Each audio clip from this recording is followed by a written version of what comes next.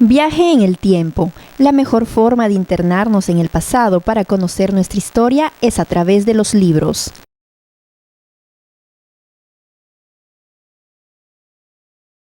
Un libro en especial nos ayuda a recrear y conocer episodios de la historia de nuestro distrito de Casagrande. Desde los inicios, cuando Casagrande todavía no existían ni las culturas preincas, porque todo esto era un suelo de tipo aluviónico, producto de la inundación de muchas aguas. Y entonces Casagrande era humedal y era pantanal, toda esta zona del Valle Chicama. Entonces habían hombres probablemente que iban errantes y que se defendían de las fieras salvajes nada más, y por eso es que hay evidencias de algunas lascas o huellas que han quedado en estas zonas, por ejemplo en la parte de Paiján, más adentro. Entonces hay esos restos, y también existen cerámicas, vestigios que el hombre iba poco a poco mejorando su cultura, su creación. Empezamos hablando entonces con los primeros hombres que habitaron nuestro país. Uno de ellos muy reconocido en las clases de historia y muy renombrado, el hombre de Paiján. Claro, el hombre Paiján tiene muchos años de antigüedad y ha dejado sus huellas en esos pequeños cuchillitos que hacían de roca, ¿no? De roca, y para que le servían para cortar sus alimentos, matar a los animales, etcétera. Pero no es un hombre primitivo como muchos creen, ¿no? No es un hombre velludo, y es un hombre que venía errante, producto de alguna orden que nosotros sabemos divina, que le dijo: anda y procrea, ¿no? Y caminó el hombre. Siempre ha sido errante el hombre, desde que salió del Edén, caminó, pero ya sabía de la agricultura, solamente se defendía de los animales, de las bestias salvajes, ¿no? Y tenemos evidencias en todo nuestro valle, ¿no? Y luego fue creando cultura, ahí nacen las culturas Mochica, Chimú, y esas dos culturas son sometidas por el Imperio Inca, ¿no? Entonces, y ahí va creándose, a su vez el Imperio Inca después es conquistado por los españoles, ¿no? Que nos trae todo un cambio completo a nuestra estructura, ¿no? Social y económica y cultural, ¿no? En todos los aspectos. Entonces, así vamos nosotros poco a poco, y se va iniciando las haciendas, ¿no?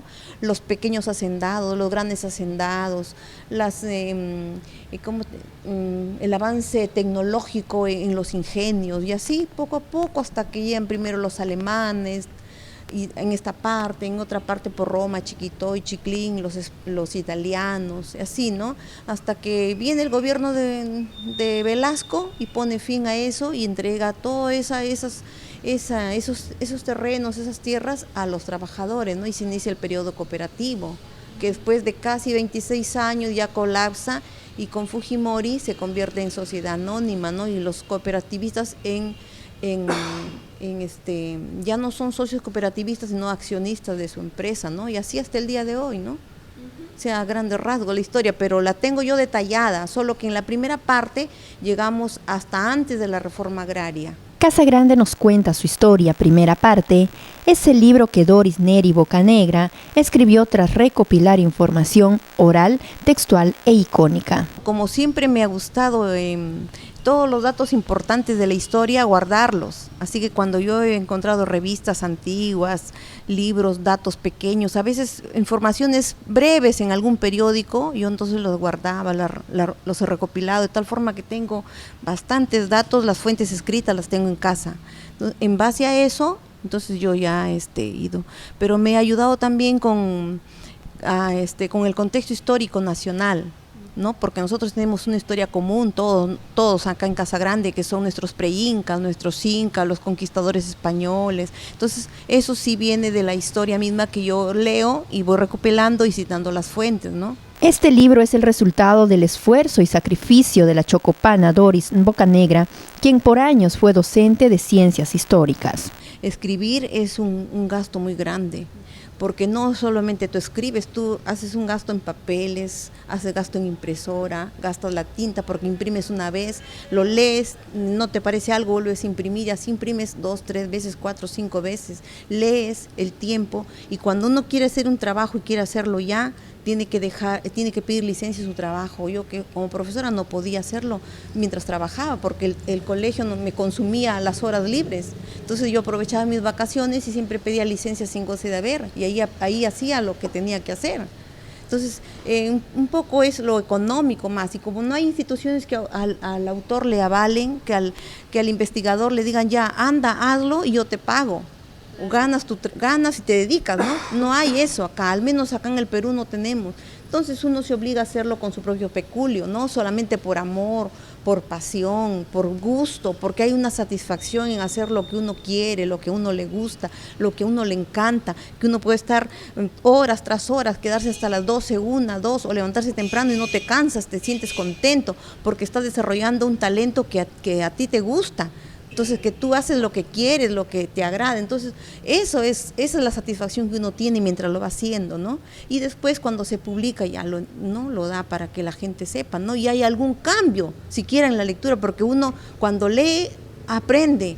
Y entonces eso lo hace que tome conciencia que está bien, que está mal, y puede mejorar en algo nuestra sociedad. Este libro también tuvo el aporte icónico y gráfico de un ciudadano casagrandino, Salvador Basauri Vaca, que hizo las fotos en diferentes etapas de la historia. Aquí me ha ayudado mucho un amigo que trabajó en la empresa, que se llama Salvador Basauri Vaca. Es un señor mayor que ha sido fotógrafo. En primer lugar me dio las fotos, muchas fotografías antiguas.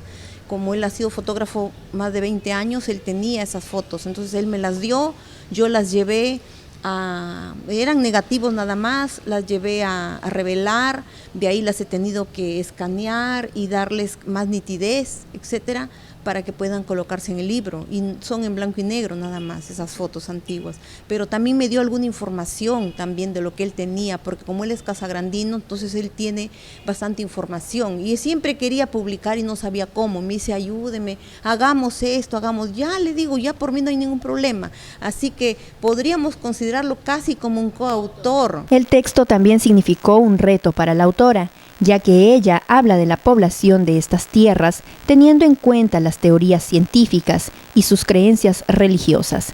He aquí su teoría. Todo surge cuando comienza, Dios crea a Adán y a Eva. Ellos tienen hijos, ¿no? Caín, Abel. Abel muere y Caín se va. Caín probablemente se va, mientras que Set nace y más hijos tiene Adán y Eva, tienen más hijos. Y Caín está lejos y los hijos van creciendo, o sea, sus hermanos van creciendo. Es probable que él se haya comprometido con algún familiar cercano, como es su hermana. ¿Por qué? Porque en ese momento no había gente. Entonces después ya Dios reglamenta y prohíbe ya el matrimonio, o sea, entre familias. Entonces Caín huye, se va, y él desconoce a Dios por completo porque se rebeló. Y todos esos pueblos paganos que adoraban las deidades son producto de él. Pero ¿qué pasa? Cuando viene el diluvio muere la gente y solamente quedan 8 personas. Nosotros sabemos por el registro bíblico que queda Noé, su esposa y sus 3 hijos. Y de los tres hijos con 3 esposas, en total 8 personas. Pero de esas 8 personas solamente uno fue fiel, que fue el hijo Sem. Y de ahí vienen los hijos fieles de Dios, mientras los otros son rebeldes y son impíos y comienzan a hacer una torre. Al hacer la torre, ellos también se dispersan porque Dios los dispersa y cada uno se va lejos, y cada uno forma sus clanes, sus familias, desconociendo a Dios, y adoran a otras deidades. ¿Ve? Entonces allí viene esa situación de que hay pueblos paganos y pueblos cristianos, ¿no? Unos que adoran al Altísimo, que se conocen que hay un Dios, y otros que adoran al sol, la luna, las estrellas, toda la creación. Entonces eso es lo que está pasando. Entonces ese hombre que viene por acá no se contradice con el registro bíblico, porque es un hombre errante que camina, que ha sido creado por Dios y que está caminando, pero que se olvidó de su Dios, por eso adora al sol, la luna, las estrellas. Y viene a América y no se sabe por dónde viene, de repente viene por las Islas Aleutianas, al norte de América, o viene de repente por el centro, o viene por Australia.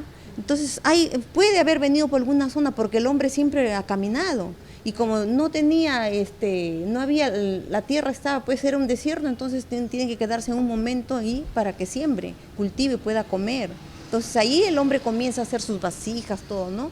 pero con el impulso creador que Dios le da. La autora busca que el libro Casagrande nos cuenta su historia sirva para reflexionar de los hechos pasados y no volver a cometer los mismos errores. Hay que analizar las cosas, ¿no? ¿Por qué? Y todo tiene su explicación, ¿no? Su interpretación, y siempre hay que buscar la causa, ¿por qué, no?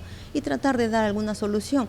Así que humildemente yo aporto con lo que puedo, lo que sé hacer, y para la sociedad casagrandina en especial, ¿no? Con Casagrande nos cuenta su historia, Doris Bocanegra concreta uno de sus objetivos personales, pero también ayuda a la sociedad con su aporte a la cultura, permitiéndonos hacer un viaje al pasado.